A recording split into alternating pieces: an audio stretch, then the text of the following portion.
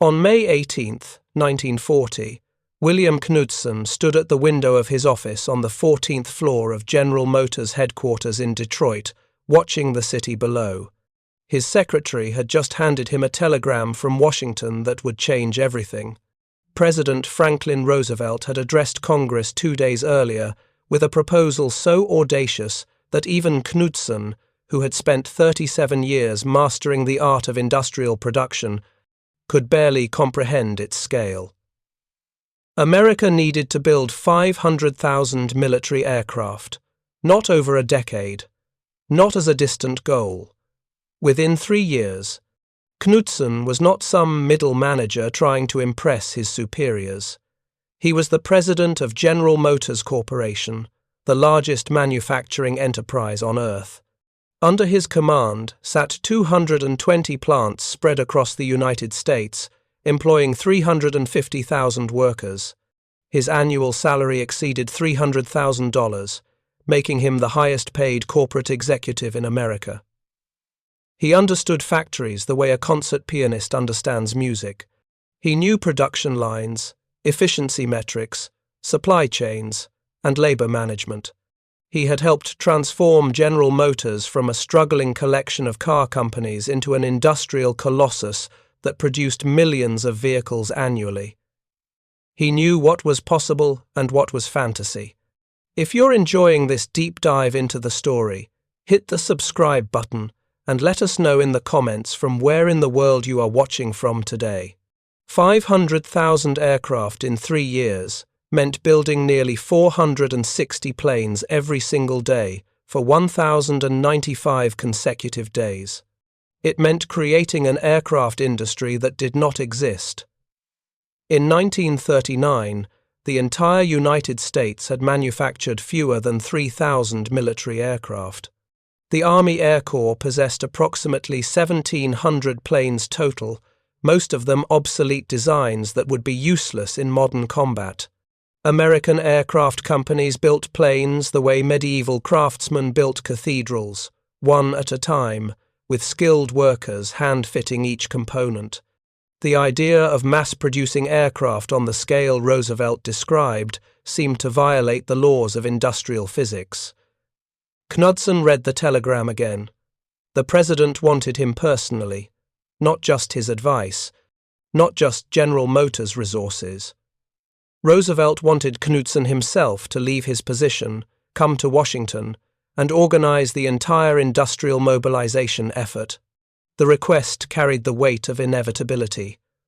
War was coming to America whether the nation wanted it or not. France was collapsing under the weight of German armor. Belgium had surrendered. The Netherlands was occupied. Hitler's armies were racing toward Paris and the English Channel. Britain stood alone against the Nazi war machine, and Roosevelt understood what many Americans did not. The United States would be drawn into this war, and when that moment came, American industry would need to produce weapons on a scale that no nation had ever attempted. The president's speech had included specific numbers that seemed pulled from fantasy rather than industrial planning. 50,000 aircraft annually had been the original target mentioned in some discussions. Then the number grew. 75,000. 100,000. Now Roosevelt was speaking of 500,000 total aircraft production capacity within 3 years. The acceleration of these targets reflected the deteriorating situation in Europe and the Pacific, where Japan was expanding its empire through military conquest. The math was staggering. 500,000 aircraft represented more planes than had been built in the entire history of powered flight since the Wright brothers lifted off from the sand dunes at Kitty Hawk in 1903. The implications reached beyond numbers. If America truly needed 500,000 aircraft, the war would consume the entire industrial capacity of the nation. Factories that built cars would build planes. Plants that manufactured refrigerators would produce aircraft engines. Companies that made radios would build navigation equipment. The transformation would require retooling thousands of factories, training millions of workers, and creating supply chains for materials that barely existed in American industry. Aircraft required aluminum, not steel. They needed precision instruments, not simple mechanical components. They demanded tolerances measured in thousandths of an inch, not the rougher standards acceptable for consumer goods. Knudsen walked back to his desk and sat down heavily. He was 51 years old, an immigrant from Denmark who had arrived in America as a young man with nothing but ambition and a willingness to work harder than anyone else. He had started at Ford Motor Company, learned manufacturing from the ground up, and eventually moved to General Motors, where his talents found full expression. He had spent decades building the systems that made mass production possible. He understood what Roosevelt was asking because he understood what it would cost. Building 500,000 aircraft in 3 years would require mobilizing every factory, every machine tool, every skilled worker, and every ounce of raw material in the country. It would mean rationing consumer goods, converting entire industries to war production, and asking the American people to sacrifice comfort for survival. Within 2 weeks, Knudsen would receive a formal invitation to meet with Roosevelt. The meeting would be brief and direct. The president would ask Knudsen to serve his country. Knudsen would accept, knowing that his decision would cost him his position at General Motors, his salary, and possibly his reputation if the mobilization effort failed. He would become Commissioner of Industrial Production on the National Defense Advisory Commission, a position that carried enormous responsibility and almost no formal authority. He would spend the next several years coordinating industrial production across thousands of companies, negotiating with labor unions, working with military procurement officers, and solving problems that had no precedent in American history. But that afternoon in May, standing in his office with the telegram in his hand, Knudsen understood something else. The Germans were watching. They were reading American newspapers. They were analyzing Roosevelt's speech, and they were almost certainly laughing. German intelligence services had detailed information about American industrial capacity. They knew American aircraft production numbers. They understood that America had no modern bomber force, no strategic air doctrine, and no experience with large-scale weapons manufacturing. The German assessment would be predictable. Roosevelt's speech was propaganda designed to intimidate Germany and boost Allied morale. The actual production target was impossible. Knudsen knew the Germans would dismiss Roosevelt's claims. He also knew they would be making a catastrophic mistake. American industry had not yet tried to build aircraft at full scale. The production numbers from 1939 represented peacetime manufacturing constrained by limited military budgets and small orders, not maximum industrial capability. If American factories applied the principles of mass production that had revolutionized automobile manufacturing, aircraft production could increase exponentially. The question was not whether America could build 500,000 aircraft. The question was whether anyone would figure out how to do it before the war was lost. In Berlin, Adolf Hitler received news of Roosevelt's speech with the reaction his advisers expected. The Führer laughed. His intelligence officers prepared a detailed analysis of American industrial capacity and presented their findings during a military briefing at the Reich Chancellery. The report was thorough, well-researched, and completely wrong. German analysts had examined American aircraft production from 1935 through 1939. The numbers showed steady but modest growth. In 1939, total American military aircraft production had reached approximately 2,900 planes. Even with aggressive expansion, German intelligence estimated American factories might produce 15,000 aircraft annually by 1942.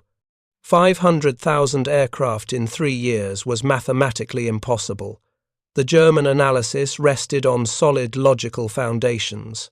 Aircraft manufacturing was fundamentally different from automobile production.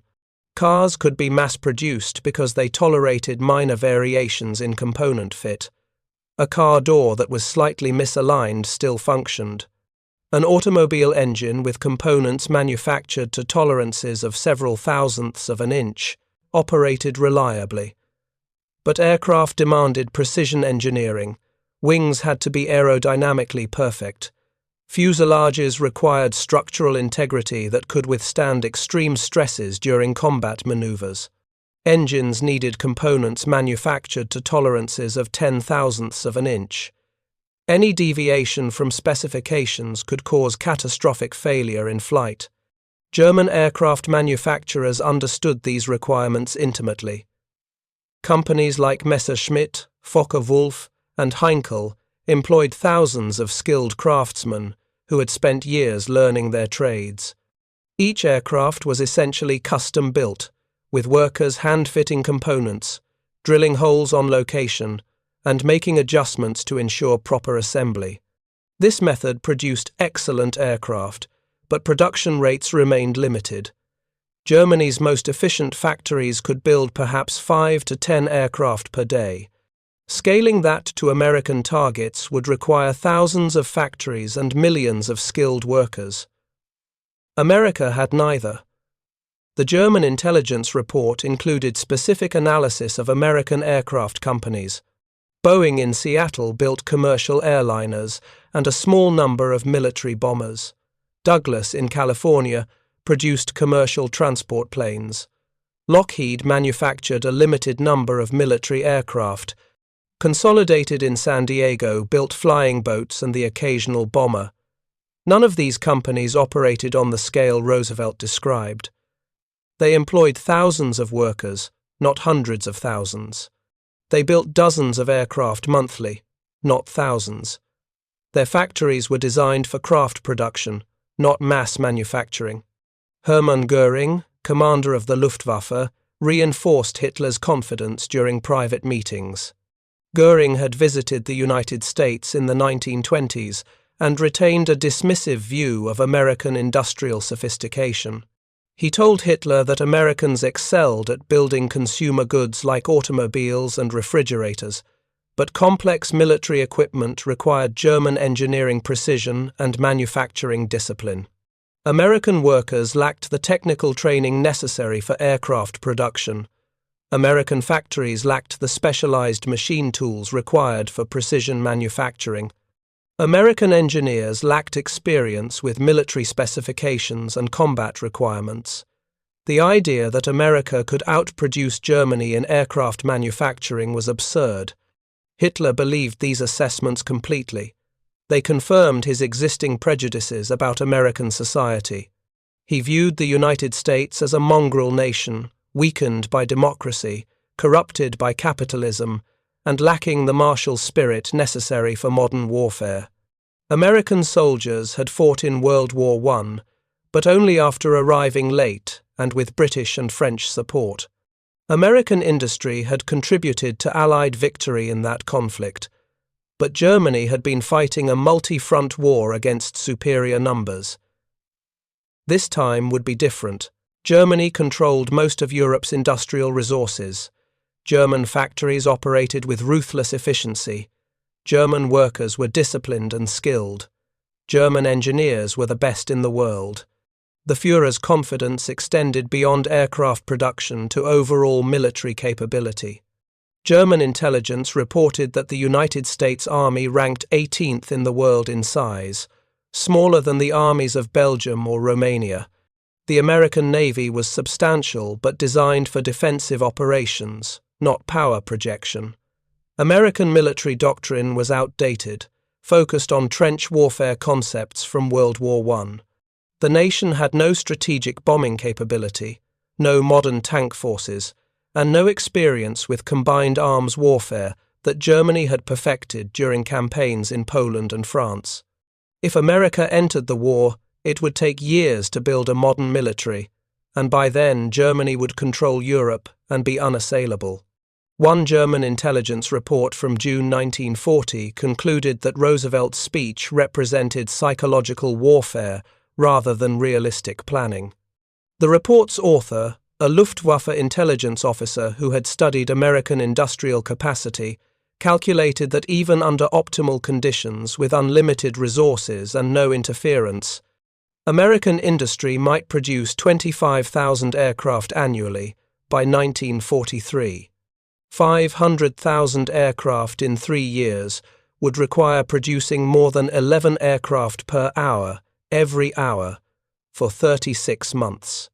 The report stated this was industrially impossible with existing technology and manufacturing methods. The report was filed with other intelligence assessments and contributed to German strategic planning that assumed American intervention would be slow, limited, and ultimately ineffective. Hitler's military planners proceeded on the assumption that America represented a long-term potential threat, but not an immediate danger. The United States might eventually build a substantial military force, but Germany would conclude the European War before American industrial mobilization mattered. The rapid defeat of France in June 1940 seemed to confirm this assessment. German armor had smashed through French defenses in 6 weeks, forcing the surrender of what had been considered one of Europe's finest armies. Britain was isolated and under constant air attack.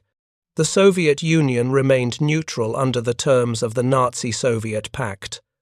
Germany appeared unstoppable. If you find this story engaging, please take a moment to subscribe and enable notifications. It helps us continue producing in-depth content like this. But there was one man in America who looked at Roosevelt's targets and thought they might actually be achievable. His name was Charles Sorensen, and in May 1940 he was vice president of production at Ford Motor Company. Sorensen did not have Knudsen's corporate prominence or public recognition, but he possessed something equally valuable. He understood mass production at a level that bordered on instinct. He had spent 27 years at Ford, working directly with Henry Ford to develop and refine the moving assembly line that had revolutionized manufacturing. Sorensen knew that the principles of mass production were universal. They could apply to anything, including aircraft, if someone had the vision and determination to make it work. Sorensen was 60 years old in 1940, a Danish immigrant like Knudsen, though the two men had never been friendly. Sorensen had arrived in America as a child and started working at Ford in 1913, the same year Ford introduced the moving assembly line at the Highland Park plant. That assembly line had transformed industrial production by breaking complex manufacturing processes into simple, sequential tasks. Instead of skilled craftsmen building complete automobiles from start to finish, workers performed single, repetitive operations as products moved past on conveyor belts. Each worker installed one component, tightened specific bolts, or completed a defined task. The chassis moved continuously through the factory, and a finished automobile emerged at the end. The Highland Park assembly line had increased production efficiency by orders of magnitude. Before the assembly line, building a Model T required 12 hours and 28 minutes of labor. After implementing the moving assembly line, Ford reduced that time to 1 hour and 33 minutes. By 1927, when Ford discontinued the Model T, the company had manufactured over 15 million vehicles using assembly line methods. The economic implications were revolutionary. Mass production reduced costs so dramatically that automobiles became affordable for average Americans. The Model T that cost $850 in 1908 sold for less than $300 by 1925. Sorensen had witnessed this transformation from inside, helping design the systems and solve the problems that made it possible. By mid-1943, the transformation of American aircraft production had reached a scale that defied every prediction made by German intelligence 3 years earlier. Factories that had not existed in 1940 were now producing bombers at rates that seemed to violate industrial logic. Willow Run was building one B-24 every 63 minutes. Boeing's plants in Seattle were producing 350 B-17 Flying Fortresses monthly. Douglas Aircraft in Long Beach was manufacturing C-47 transport planes so rapidly that the military struggled to train crews fast enough to fly them. North American Aviation was building P-51 Mustang fighters that would change the nature of strategic bombing by providing long-range escort capability. The numbers climbing month after month represented more than production statistics. They represented the complete transformation of American industrial capacity into a weapon of war. The German High Command noticed the change in late 1942 when American bomber formations began appearing over Europe in numbers that seemed impossible. Luftwaffe fighter pilots reported encountering waves of B-17 and B-24 bombers, escorted by swarms of fighters. When German pilots shot down American aircraft, more appeared the next day and the next. The Americans seemed to possess an unlimited supply. What German intelligence had dismissed as propaganda in May 1940 was manifesting as overwhelming industrial reality by the autumn of 1942. The 8th Air Force, operating from England, was conducting daylight bombing raids with formations that sometimes exceeded 1,000 aircraft when fighters were included. These were not isolated maximum effort missions. They were routine operations repeated day after day. Hermann Goering, who had assured Hitler that American aircraft production claims were fantasy, found himself confronting evidence that contradicted everything he had believed. Luftwaffe intelligence officers presented him with updated assessments of American production capacity based on actual combat observations. The numbers were staggering. American factories were producing approximately 6,000 aircraft monthly by the end of 1942. That was 72,000 aircraft annually, already exceeding the targets German analysts had declared impossible. And production was still accelerating. Goering's response was to dismiss the intelligence reports as exaggerated. He told his staff that combat pilots always overestimated enemy strength. The formations could not be as large as reported. The Americans could not be producing that many aircraft. But the evidence kept accumulating. German fighter pilots were experienced combat veterans who understood aircraft recognition and formation counting. Their reports were consistent across multiple units and operations. The Americans were deploying bomber forces on a scale Germany had never anticipated.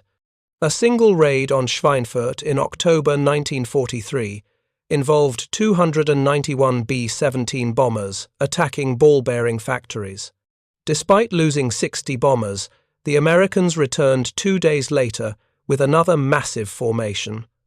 This was industrial warfare at a level that made traditional military calculations obsolete. Every downed American bomber was replaced within days. Every lost crew was replaced within weeks. The replacement pipeline was so efficient that American bomber units maintained constant operational strength despite casualties that would have devastated German formations. Albert Speer became Minister of Armaments and War Production in February 1942 following the death of Fritz Todt. Speer was an architect by training, but he possessed organizational genius and the ability to analyze complex systems. He inherited responsibility for managing Germany's entire war economy at precisely the moment when that economy was being challenged by American industrial mobilization. Speer immediately ordered comprehensive assessments of Allied production capacity. The reports shocked him. American aircraft production in 1942 was triple German output. American tank production was double German numbers. American ship construction was producing 1 cargo vessel daily. The United States was outproducing Germany in virtually every category of military equipment, despite having entered the war less than a year earlier. Speer realized with terrible clarity that Germany had fundamentally misunderstood American industrial potential. The assumptions that had guided German strategic planning were catastrophically wrong. America was not a nation that required 4 or 5 years to mobilize for war. American industry had converted to military production in less than 2 years and was still accelerating. The factories Roosevelt had called for in May 1940 were operational by 1942 and reaching peak efficiency by 1943. Speer calculated that by 1944, American industry would be producing twice the total military output of all Axis powers combined. Germany controlled the industrial resources of most of Europe, utilized millions of forced laborers, and operated factories around the clock. Still, Germany could not match American production. In meetings with Hitler, Speer tried to present realistic assessments of the industrial balance. The Führer refused to accept the numbers. Hitler insisted that German weapons were superior in quality, and that superior quality would overcome American numerical advantages. Speer knew this was fantasy. German tanks were excellent, but American factories were producing 4 Sherman tanks for every German Panther. German fighter planes were superb, but American factories were building 10 fighters for every German aircraft. In industrial warfare, overwhelming quantity combined with adequate quality defeated superior quality in limited numbers. The Americans did not need the absolute best aircraft. They needed good aircraft in numbers that could overwhelm German defenses through sheer mass. The human cost of this industrial competition was staggering. American bomber crews flying missions over Germany faced German fighter defenses and anti-aircraft fire that killed thousands of young men. The 8th Air Force suffered casualty rates that exceeded those of most infantry units. 1 in 4 bomber crew members would be killed or seriously wounded during their tour of duty. These were not professional soldiers. They were civilians in uniform, boys from farms and cities, who had volunteered to fly combat missions over hostile territory in aircraft that were flying targets for German defenders. They climbed into bombers knowing the odds were against survival, sustained by belief that their sacrifice mattered, that the missions they flew were destroying Germany's ability to wage war. German fighter pilots faced equally terrible odds. By 1943, Luftwaffe pilots were outnumbered 5-1, sometimes 10-1, by American fighters. Even when German pilots had tactical advantages in aircraft performance or combat experience, numerical superiority allowed American fighters to overwhelm defenses. German pilot training programs could not replace losses fast enough. As experienced pilots were killed, replacement pilots arrived with minimal training and survived only weeks before being shot down. The Luftwaffe that had dominated European skies in 1940 was being destroyed not by superior Allied tactics but by industrial attrition. Germany could not build enough aircraft or train enough pilots to offset American production advantages.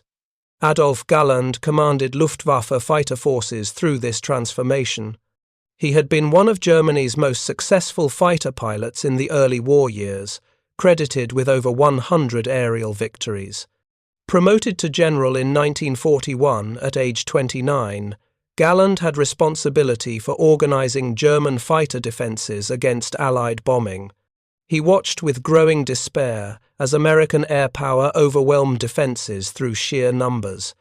In reports to Hitler and Goering, Galland stated bluntly that German fighter forces were being destroyed not because of tactical failures or inadequate training, but because they faced impossible odds.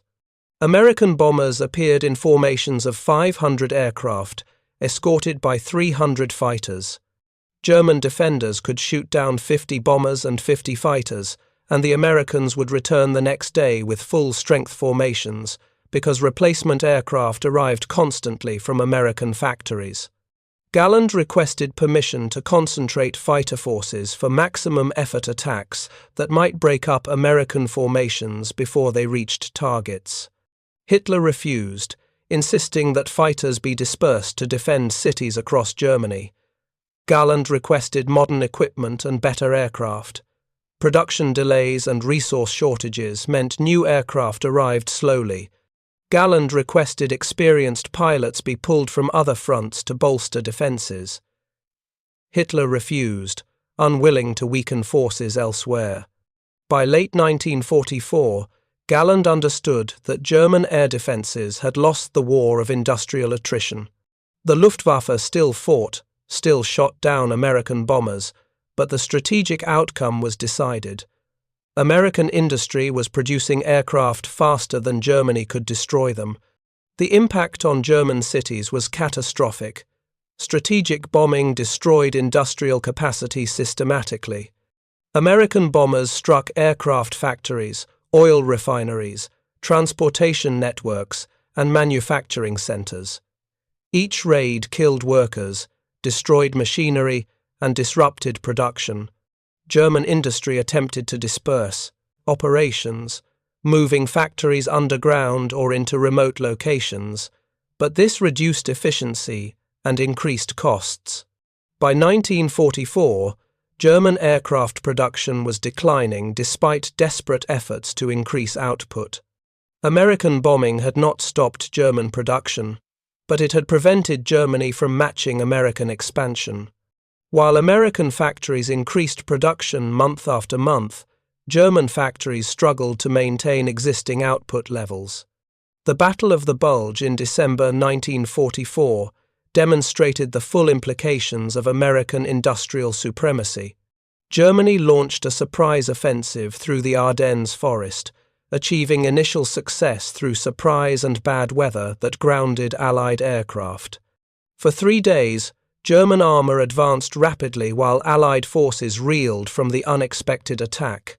German planning had deliberately chosen this timing. Weather forecasts predicted several days of overcast conditions that would prevent Allied air operations. German commanders knew they could not succeed if American air power was operational. The offensive had to achieve breakthrough and strategic objectives before clear weather returned. On December 23rd, the weather cleared. What happened over the next 3 weeks demonstrated industrial warfare at maximum intensity. American air forces flew 74,000 sorties and dropped 111,000 tons of bombs. They destroyed German supply columns, transportation networks, and reserve formations. P-47. Thunderbolt fighters attacked German tanks and vehicles with rockets and machine guns. P-38. Lightning fighters ranged across German rear areas hunting for targets. B-26. Marauder medium bombers struck German communications centers and rail yards. Heavy bombers from the 8th Air Force diverted from strategic targets to hammer German supply lines. The sky over the Ardennes was filled with American aircraft operating in shifts around the clock. German troops who had experienced Allied air power in Normandy thought they understood what American air superiority meant. The Battle of the Bulge revealed they had seen nothing yet. One German officer later described the experience as fighting under an industrial apocalypse. Everywhere you looked, there were American planes. The sound of aircraft engines was constant. German vehicles could not move during daylight without being attacked. Supply columns were destroyed before reaching forward units. German tanks ran out of fuel and were abandoned. The offensive that had achieved 15 kilometers advance per day before December 23rd slowed to 5 kilometers on December 24th and stopped completely by December 25th. American air power had halted a German armoured offensive through overwhelming application of industrial firepower. The statistics were remarkable, not for their drama, but for their implications. American forces flew 74,000 sorties in 3 weeks. That represented coordination of thousands of aircraft, tens of thousands of crew members, hundreds of thousands of bombs and rockets, and supply chains, delivering fuel and ammunition to forward air bases under combat conditions.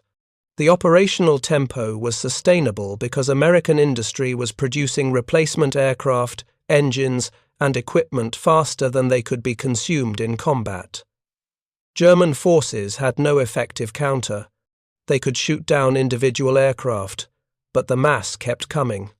By January 1945, the Luftwaffe had effectively ceased to exist as an organized fighting force. Germany still had aircraft and pilots, but fuel shortages, pilot attrition, and overwhelming numerical disadvantage meant German fighters rarely challenged American air superiority. American bomber formations flew over Germany in daylight with minimal losses. Cities, factories, and transportation networks were systematically destroyed from the air. The strategic bombing campaign that devastated Germany was made possible entirely by American aircraft production. Without factories like Willow Run, Boeing's Seattle plants, Douglas's Long Beach facility, and dozens of other manufacturing centers, the bombing campaign could not have been sustained. Each bomber lost was replaced within days. Each pilot killed was replaced by newly trained crews. The Germans could not match this replacement rate. When American industry stopped wartime aircraft production in August 1945, the final count stood at 300,000 military aircraft built between 1940 and 1945. The number was so large it became abstract.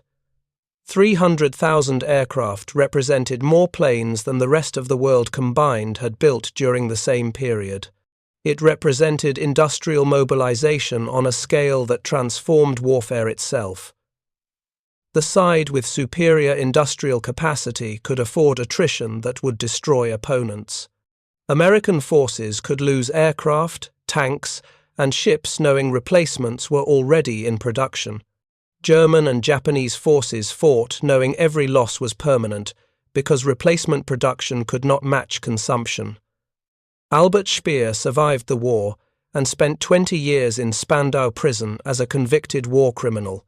In his memoir written during imprisonment, Speer reflected extensively on Germany's strategic mistakes. He identified underestimating American industrial power as the greatest error of German strategic planning.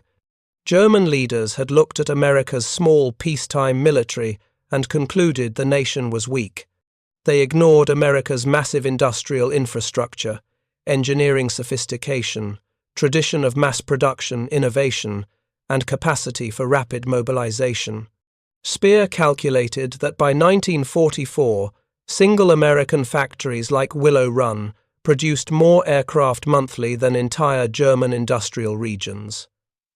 He wrote that Hitler's "The Declaration of War against America in December 1941 was the moment Germany lost World War II, not because American military forces were formidable in December 1941. They were not. The American Army ranked 18th in world size. The American Air Force was small and poorly equipped. But declaring war on America guaranteed that American industrial capacity would be turned fully toward destroying Germany. Once that industrial power mobilized, Germany had no counter.